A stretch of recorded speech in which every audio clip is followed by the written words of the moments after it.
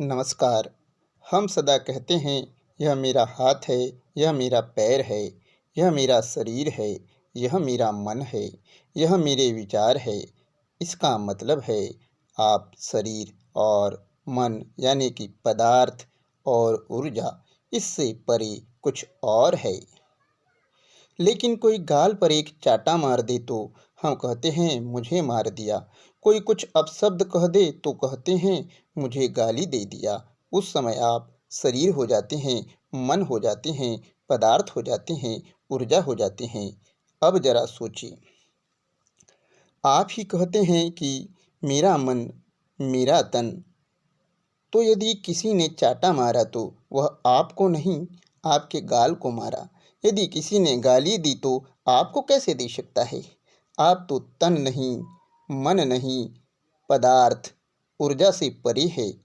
आप रोज कहते हैं मेरा शरीर, मेरा मन। आप अपने होश में, समझ में होते हैं, तब आप ऐसा कहते हैं। लेकिन जब आप किसी को प्रत्युत्तर देने में, रिप्लाई करने में होते हैं, तब आप शरीर हो जाते हैं, मन हो जाते हैं।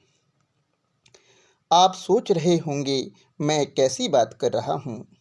आपको हास्यास्पद लग रही होगी। लेकिन क्या कभी यह ख्याल नहीं आया कि जब मैं मन भी नहीं, तन भी नहीं, तो फिर मैं हूँ कौन? जरा सोचिए, विचारिए। मैं जानता हूँ मैं कौन हूँ, लेकिन मैं आपको बता दूँ, वह आपके काम का नहीं। सब ज्ञानियों ने अपनी किताबों में भी लिख रखा है, पढ़कर भी अनुभव में नहीं आएगा। यदि किसी ने कभी गुड़ नहीं खाया हो और मैं कहूँ गुड़ का स्वाद मीठा होता है, उस बेचारे को क्या अनुभव होगा कि मीठा क्या है? वह तो गुड़ खाएगा तभी समझेगा। चलो इसे एक उदाहरण से समझते हैं। आप सब जानते हैं कि जो स्टूडेंट, विद्यार्थी अपने निवास स्थान से बहुत दूर किसी स्कूल या कॉलेज में पढ़ाई के लिए प्रवेश लेता है, एडमिशन लेता है और प्रतिदिन घर से आना जाना संभव न हो तो वह स्कूल या कॉलेज के करीब ही किराए का रूम लेकर रहता है। वहाँ रहने के लिए जो भी आवश्यक सामग्री की ज़रूरत पड़ती है, उसकी उसे या उसके माता-पिता या पालक को व्यवस्था करना पड़ता है। जैसे वह अपने घर में जीवन यापन करता था, वैसे ही वहाँ भी करता है, लेकिन उसका मूल उद्देश्य पढ़ाई करना ही है। यदि वह अपने उस उद्देश्य को भूल कर वहाँ केवल जीवन यापन करे, तो उस स्टूडेंट, उस विद्यार्थी के बारे में आप क्या सोचेंगे? कहेंगे वह अपना वर्तमान और भविष्य दोनों बर्बाद कर रहा है।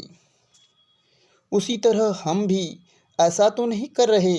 जरा सोचिए, हम भी इस संसार में मैं कौन हूँ यह जानने, समझने और अनुभव करने के लिए आए हैं। जीवन यापन के लिए जो भी ज़रूरी है वह कार्य करते हुए हमें मैं कौन हूँ यह जानना आवश्यक है। बिना खुद को जाने कोई भी जिज्ञासा, कोई भी कामना पूरी नहीं हो सकती। एक इच्छा पूरी होगी, दूसरी जाग जाएगी। लेकिन मैं कौन हूँ यह अनुभव में आ गया तो सब इच्छा पूरी हो जाएगी।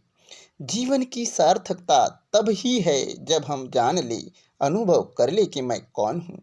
हम रोज कहते हैं मेरा हाथ, मेरा शरीर, मेरा मन, मेरा दिमाग, मेरे विचार, तो फिर मैं कौन हूँ? आप आत्मचिंतन करें, प्रश्न से भागे नहीं और मैं कौन हूँ यह जानने की कोशिश करें। समय लगेगा, कितना लगेगा यह सब गौण है। बस मैं कौन हूँ जानना यह लक्ष्य हो।